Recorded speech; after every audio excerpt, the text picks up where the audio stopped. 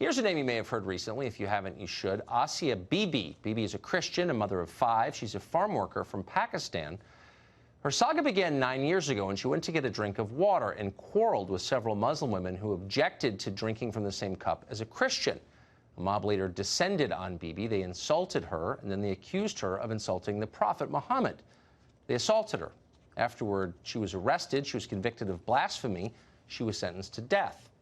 2 weeks ago, Bibi got a break. The Pakistani Supreme Court decided there was not enough evidence that she had actually blasphemed anyone, so the court vacated her conviction.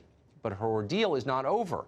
Islamists in Pakistan have staged massive riots demanding that she be executed. One cleric put a bounty on her head. A lawyer who defended Bibi has fled the country, but Bibi herself has been forbidden to leave. Her family has pleaded for asylum in the West. If their pleas are not answered, obviously, Bibi may be killed. Cases like this are why the West created asylum laws in the first place. But the United Kingdom is taking a pass so far. The UK has refused to shelter Bibi despite the fact it has accepted countless other immigrants from that region, or more precisely, because it has accepted those immigrants.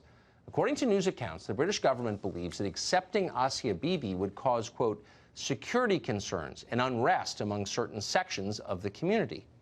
Ponder that for a second. The United Kingdom gave us the rights that Americans take for granted, the core rights: freedom of speech, freedom of the press, freedom of religion. All of those freedoms are now dying in Britain. In their place remains fear, a fear of offending the very people who have made it impossible to sustain those ancient freedoms.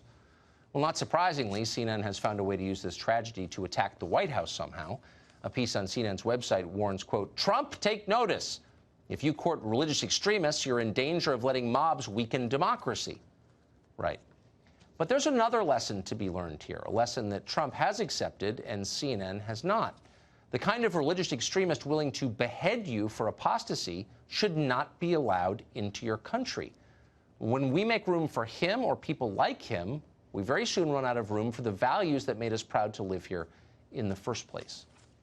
That story is not yet over, by the way. It's developing, and we plan to follow it and bring you updates as we get them.